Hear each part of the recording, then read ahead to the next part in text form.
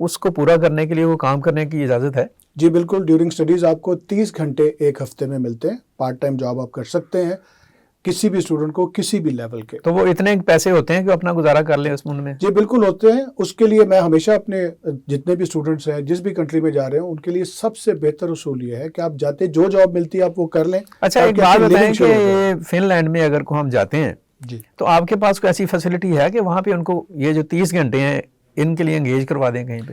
سر اس کے لیے ضرور کیا جا سکتا ہے, لیکن بہتر یہی ہے کہ جس بھی یونیورسٹی میں جا رہے ہیں وہاں پہ جاب شاپ جو ہے اس کا آفس بنا ہوتا ہے.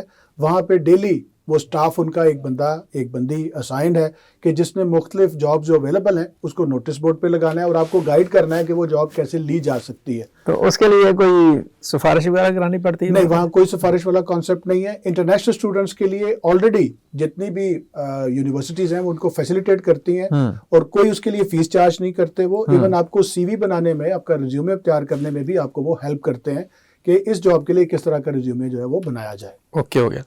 تو ویورز ہم بات کر رہے ہیں فن لینڈ پر, پروگرام ہمارا آخری مرحلے میں. جی آپ ذرا ایک اور بات بتائیں اپنا اعجاز صاحب کہ ایک اسٹوڈنٹ وہاں پہ 3 سال کے لیے چلا گیا یا 2 سال کے لیے یا 1 سال کے لیے, تو آفٹر اسٹڈی کہ اس کو وہاں سے سرٹیفکیٹ مل گیا, وہاں پر رہنے کے یا وہاں پر جاب کے یا اسی ملک میں پرماننٹ سٹے کے کیا امکانات ہیں اور کیا صورتحال ہے اس والے؟ فن لینڈ جی ایک بات بہت ہی مزیدار ہے تمام اسٹوڈنٹس کے لیے کہ 90% ممالک جو ہیں وہ آپ کے اسٹڈی پیریڈ کو آپ کے اگلے پی آر کے لیے پیریڈ کے لیے کاؤنٹ نہیں کرتے اس کی اپلیکیشن کے لیے. لیکن فن لینڈ جو ہے واحد ملک ہے کہ آپ کا جو ڈگری پروگرام ہے وہ پی آر کے لیے کاؤنٹ ہوتا ہے. یہ ذرا میں آپ کو سمجھا دوں کہ فرض کیا کہ آپ انگلینڈ میں گئے ہیں تو انگلینڈ یہ کہتا ہے کہ آپ کو انگلینڈ میں کم از کم 5 سال رہیں گے تو پھر آپ کو ہم پی آر دیں گے, یعنی پرماننٹ ریزیڈنس آفٹر اسٹڈیز.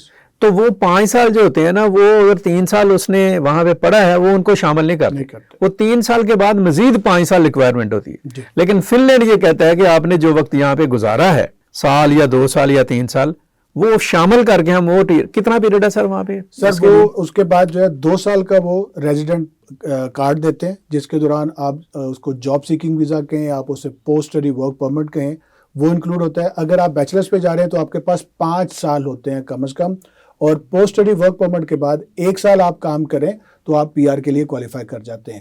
جبکہ ماسٹر پروگرام کے لیے اگر آپ جا رہے ہیں تو 2 سال کے پروگرام کے بعد 2 سال کا ریزیڈنٹ کارڈ ملتا ہے, ٹوٹل 4 سال ہو گئے, تو پھر آپ کو مزید 2 سال کے بعد یا 1.5 سال کے بعد آپ ایلیجیبل ہو جاتے ہیں. لیکن P S W resident card دونوں میں سے کوئی بھی ہے, اس کے لیے آپ اس وقت ایلیجیبل ہوتے ہیں جب آپ کے پاس ڈگری ہے. فاؤنڈیشن کے بعد آپ کو ڈگری کرنی پڑے گی, پی جی ڈی کے بعد آپ کو 6 ماہ اور پڑھ کے ڈگری لینی پڑے گی, تب آپ اس کے لیے ایلیجیبل ہوتے ہیں. ڈگری کے لیے اور پڑھنا پڑے گا؟ جی, اگر آپ فاؤنڈیشن کرتے ہیں تو پھر آپ کو ڈگری کے لیے بیچلرز میں آگے ایڈمیشن. چلیں آپ یہ ڈرائیں نا لوگوں کو زیادہ. نہیں, یہ ڈرانے والی بات نہیں, ان کے فائدے کی بات ہے, انفارمیشن کی بات ہے. میں ویسے ذرا ایک لائٹر موڈ میں بات کر رہا ہوں. فن لینڈ کو ہم نے ایکسپلور کیا اسٹوڈنٹس, آپ بھی کریں. فن لینڈ کی یونیورسٹیز کو چیک کریں.